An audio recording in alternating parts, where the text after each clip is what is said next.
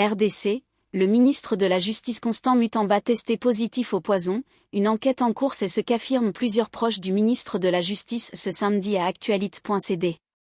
Les résultats sont tombés ce samedi, déclarent des sources proches du ministre. Il a donc été testé positif au poison et entend prendre des dispositions sérieuses pour ses soins.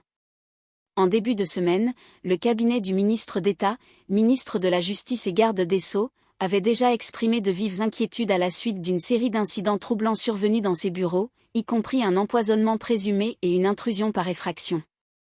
Dans un communiqué publié mercredi, le cabinet a révélé que la police scientifique a découvert des preuves inquiétantes d'empoisonnement dans le bureau du ministre et l'antichambre adjacente. Les experts ont trouvé une poudre blanche répandue à plusieurs endroits, un liquide suspect versé dans le réfrigérateur, ainsi qu'une intoxication des toilettes par un produit dégageant un gaz piquant. Ces substances ont conduit à des cas d'empoisonnement parmi plusieurs membres du cabinet, qui ont été diagnostiqués positifs et sont actuellement sous traitement médical.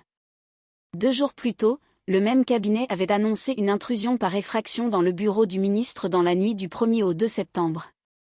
La porte de l'antichambre a été forcée, et le système électronique de surveillance a été réinitialisé. Des poussières suspectes ont été dispersées dans le bureau, mentionne le communiqué. Cette intrusion, ainsi que les découvertes suspectes, ont déclenché des enquêtes pour déterminer les circonstances exactes de ces incidents, que le cabinet qualifie d'œuvres des forces négatives et mafieuses. Ces événements surviennent dans un contexte de tension accrue alors que le ministre mène des efforts pour réformer et assainir le système judiciaire congolais.